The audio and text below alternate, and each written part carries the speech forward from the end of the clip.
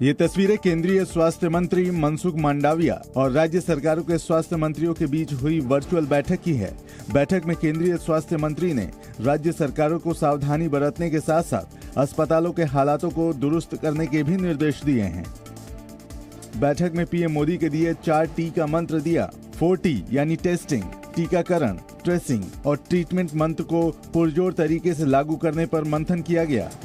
हम भारत सरकार के आदेश निर्देश का अक्षरशः पालन करेंगे और कोविड के इस महाचक्र से भारत का हर नागरिक निकले और राज्य का हर नागरिक निकले, इसके लिए हम प्रार्थना भी करेंगे परमात्मा से और भारत सरकार को सहयोग भी देंगे और सहयोग लेंगे भी। केंद्रीय स्वास्थ्य मंत्रालय की तरफ से राज्यों की जरूरतों के बारे में भी जानकारी ली गई।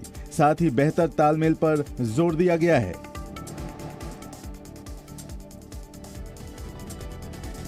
ये जूस और आइसक्रीम शॉप चलाते हैं और हर महीने 3 लाख तक कमाते हैं। आपको शुरू करना है, इनसे सीखना है तो फ्रीडम ऐप को अभी डाउनलोड कीजिए।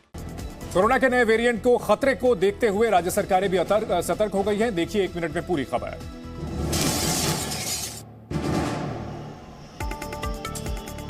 कोरोना के नए खतरे को देखते हुए मुंबई में प्रशासन सतर्क हो गया है। ये तस्वीरें मुंबई के कोविड अस्पतालों को फिर से दुरुस्त करने की है। चीन में बिगड़ते हालात और भारत पर मंडराते खतरों के बीच हर राज्य सरकार तैयारियों को परखने में जुट गई है। बूस्टर डोज लगवाने के लिए लंबी कतारें भी देखी जा रही हैं। मध्य प्रदेश के मुख्यमंत्री शिवराज सिंह चौहान ने बूस्टर डोज बढ़ाने पर जोर दिया है। अभी तक जिनको नहीं लगा है, बूस्टर डोज लगाना प्रारंभ किया जाएगा और पर्याप्त मात्रा में डोज हमको मिल जाए, इसके लिए हमने पहल प्रारंभ की है।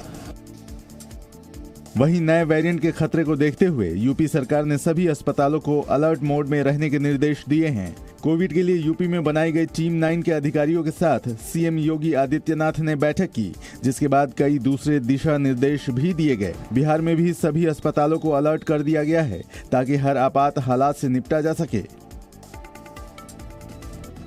कोरोना को लेकर जहां एक तरफ बड़ा खतरा मंडरा रहा है तो दूसरी तरफ सियासत भी अपने चरम पर है। देखिए रिपोर्ट। राहुल गांधी की भारत जोड़ो यात्रा आज दिल्ली में एंटर कर गई। यात्रा बदरपुर बॉर्डर के रास्ते दिल्ली पहुंची। दिल्ली में बदरपुर बॉर्डर से मथुरा रोड, आश्रम, जाकिर हुसैन मार्ग, इंडिया गेट होते हुए यात्रा लाल किले तक जाएगी, जहां से सुभाष मार्ग के रास्ते भारत जोड़ो यात्रा राजघाट पहुंचेगी। राजघाट में राहुल गांधी बापू को श्रद्धांजलि अर्पित करेंगे। कोरोना के बढ़ते खतरे के बीच यात्रा की भीड़ को लेकर केंद्र सरकार ने राहुल गांधी को चिट्ठी लिखी थी, लेकिन राहुल ने चिट्ठी को नकार दिया, जिसके बाद सियासत शुरू हो गई। यात्री आ रहे हैं, वहाँ से जो फ्लाइटें आ रही है, वहाँ से जो लोग आ रहे हैं, उसके रोकथाम या उसके प्रोटोकॉल की उसकी कोई चिंता नहीं है। तो ये तो सीधी सी बात है कि केंद्र सरकार राहुल जी के यात्रा से घबराई हुई है। राहुल गांधी ने भी बीजेपी पर खुद को बदनाम करने के लिए करोड़ों खर्च करने के आरोप लगाए हैं। नरेंद्र मोदी जी ने 6, 7, 8 साल हजारों करोड़ रुपए मुझे और कांग्रेस पार्टी को बदनाम करने में लगा दिए। चीन में कोरोना के BF7 वेरिएंट ने तबाही मचा दी है। हालात इतने बिगड़ चुके हैं कि कई जगह पॉजिटिविटी रेट 50% तक पहुंच गया है। देखिए 1 मिनट की ये रिपोर्ट।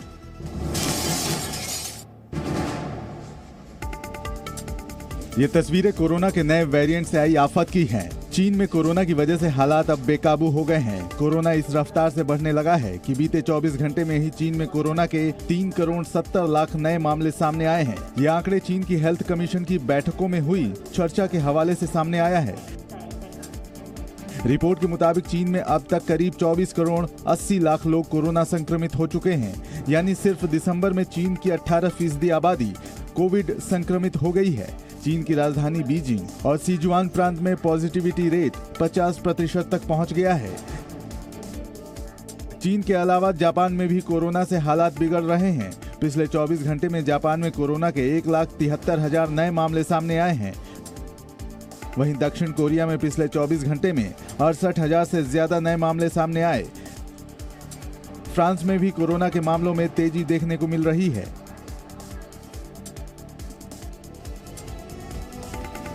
मोदी सरकार ने नए साल से पहले लोगों को तोहफा दे दिया है। अब लोगों को दिसंबर 2023 तक मुफ्त राशन मिलेगा। देखिए 1 मिनट में ये रिपोर्ट। पीएम मोदी की अध्यक्षता में हुई कैबिनेट की बैठक में कई अहम फैसले लिए गए। खाद्य सुरक्षा कानून के तहत देश के 81.3 करोड़ गरीबों को दिसंबर 2023 तक मुफ्त राशन देने का ऐलान किया गया है।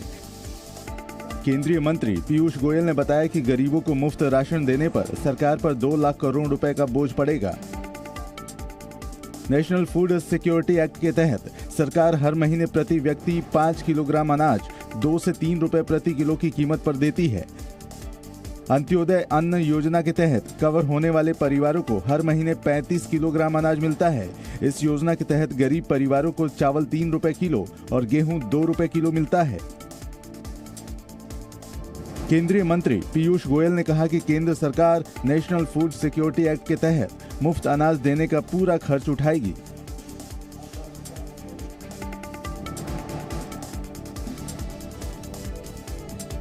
गुरुग्राम में खुले में नमाज को लेकर विवाद फिर से गहराने लगा है। क्या है पूरा मामला, आइए देखते हैं।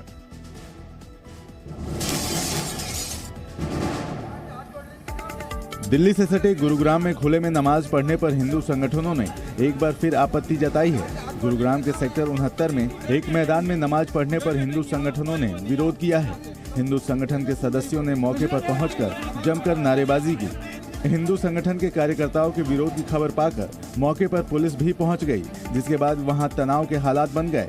पुलिस ने मुश्किल से हालात पर काबू पाया। हिंदू संगठन के लोगों का कहना है कि इस इलाके में खुले में नमाज पढ़ने पर पाबंदी है, इसके बाद भी यहां पर नमाज पढ़ी जा रही है। हरियाणा सरकार ने बिल्कुल मना किया हुआ है, सख्त आदेश है कि खुले में कोई नमाज नहीं पढ़ेगा।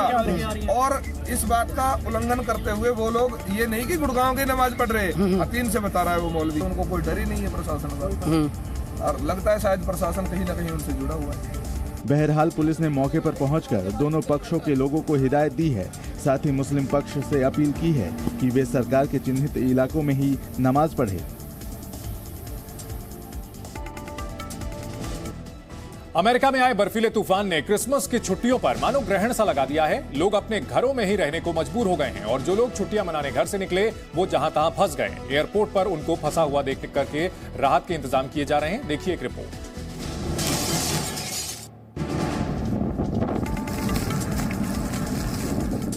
अमेरिका में इस ठंड से हालात कितने खराब हैं उसे समझने के लिए आप सिर्फ ये वीडियो देखिए कैसे चंद सेकंड में उबलता पानी बर्फ बन गया। मुसीबत की ये सफेद चादर पूरे अमेरिका को परेशान कर रही है। अमेरिका का शायद ही ऐसा कोई हिस्सा होगा जहां इस बर्फीले तूफान ने अपना असर ना दिखाया हो। शहर के शहर बर्फ की मोटी परतों से ढक गए हैं। सड़कों पर चलना तक मुश्किल हो गया है। 100 किलोमीटर प्रति घंटे की रफ्तार से बह रही ठंडी हवा ने लोगों को अपने घरों में कैद रहने के लिए मजबूर कर दिया है।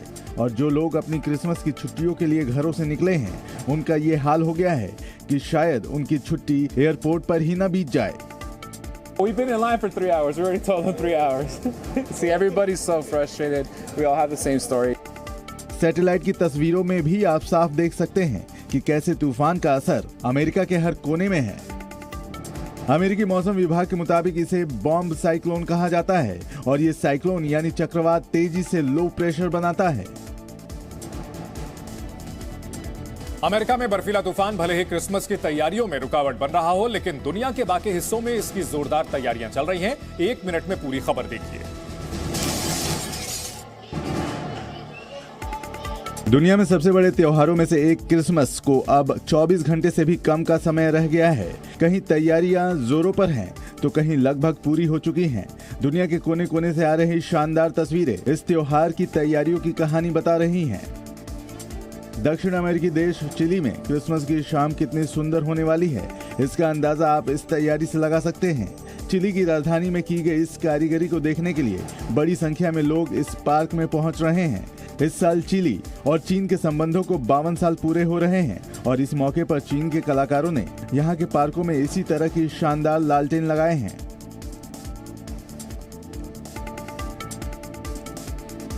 अब जर्मनी की ये तस्वीरें देखिए। यहाँ करीब 40,000 फुटबॉल फैंस क्रिसमस की तैयारी कर रहे हैं।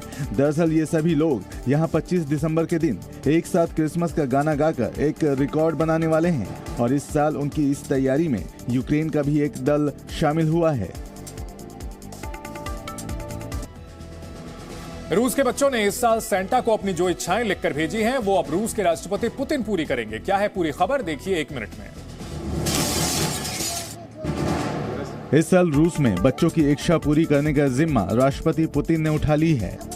पुतिन ने शुक्रवार को एक प्रदर्शनी के दौरान क्रिसमस ट्री पर लगी बच्चों की इच्छा वाली पर्ची निकाली और पढ़ना शुरू किया। Дом Деда Мороза, Запорожская область, 8 лет, отлично. Агата был Курганская область, мечтает увидеть северное сияние, прокатиться на линии. Вот, то есть Лев, мечтает побывать в военной академии вооруженных сил. Ставропольская, 6 лет. Замечательно. Я думаю, что все мы сделаем. इस बीच एक बच्ची से व्लादिमीर पुतिन की मुलाकात होती है तो वो सेंटा के बारे में पूछती है। Вы видите Дедушку Мороза? Конечно. А как же? Здорово. Все нормальные, приличные люди должны верить в Дедушку Мороза. Так что мы с тобой единомышленники. शुक्रवार को सिक्किम के उत्तरी इलाके में एक सड़क हादसे में सेना के 16 जवानों की मौत हो गई। हादसे में जान गंवाने वाले सभी जवानों का पुष्पांजलि समारोह आज पश्चिम बंगाल में होगा। सिक्किम सड़क हादसे में जान गंवाने वाले सेना के जवानों को आज पश्चिम बंगाल के बागडोगरा हवाई अड्डे के तकनीकी क्षेत्र में पुष्पांजलि दी जाएगी। शुक्रवार को उत्तरी सिक्किम के जेमा में बड़ा हादसा हो गया। आर्मी का एक ट्रक खाई में गिर गया जिसमें 3 जेसीओ समेत 16 जवानों की मौत हो गई, जबकि कई जवान घायल हो गए। बताया जा रहा है कि सेना की 3 गाड़ियां चटन से थंगू के लिए निकली थीं। इसी दौरान मोड़ पर एक ट्रक अचानक फिसल गया और खाई में गिर गया। घटना के बाद सेना की रेस्क्यू टीम मौके पर पहुंची और शवों को बाहर निकाला। घायलों को हेलीकॉप्टर के जरिए अस्पताल ले जाया गया। हादसे पर राष्ट्रपति, प्रधानमंत्री और रक्षा मंत्री समेत कई नेताओं ने शोक जताया है। हम उन शहीद सैनिकों को अपना शत शत नमन करते हैं क्योंकि वह जान हथेली पर रखकर देश की और समाज की रक्षा करने के कार्य में संलग्न थे। जम्मू कश्मीर के पूर्व मुख्यमंत्री फारूक अब्दुल्ला ने एक बार फिर केंद्र पर बांटने का आरोप लगाते हुए हमला बोला। फारूक अब्दुल्ला ने कहा कि नफरत फैलाकर आप चुनाव जीत सकते हैं लेकिन शायद देश हार जाए। जम्मू कश्मीर के पूर्व सीएम और नेशनल कॉन्फ्रेंस के नेता फारूक अब्दुल्ला ने एक बार फिर केंद्र की आलोचना की है। दिल्ली में एक किताब के विमोचन के दौरान फारूक अब्दुल्ला ने केंद्र पर नफरत फैलाने का आरोप लगाया है और कहा कि ये सरकार सिर्फ नफरत के बल पर चुनाव जीतना चाहती है। 22 crore, where will you throw them? Into the sea? And every day this continues to grow because they want to win election. And by creating this hatred, you may win the election, but you will lose the nation. Farooq Abdullah ने PM Modi के चीन पर न बोलने और सदन में उपस्थित न रहने पर भी सवाल खड़े किए हैं। फारूक अब्दुल्ला ने कहा कि जब तक आपकी सकारात्मक आलोचना नहीं होगी, आप राष्ट्र बनाने नहीं जा रहे हैं। और then Indira Gandhi, she put me, dismissed me in 84. ये जूस और आइसक्रीम शॉप चलाते हैं और हर महीने 3 लाख तक कमाते हैं। आपको शुरू करना है, इनसे सीखना है तो फ्रीडम ऐप को अभी डाउनलोड कीजिए।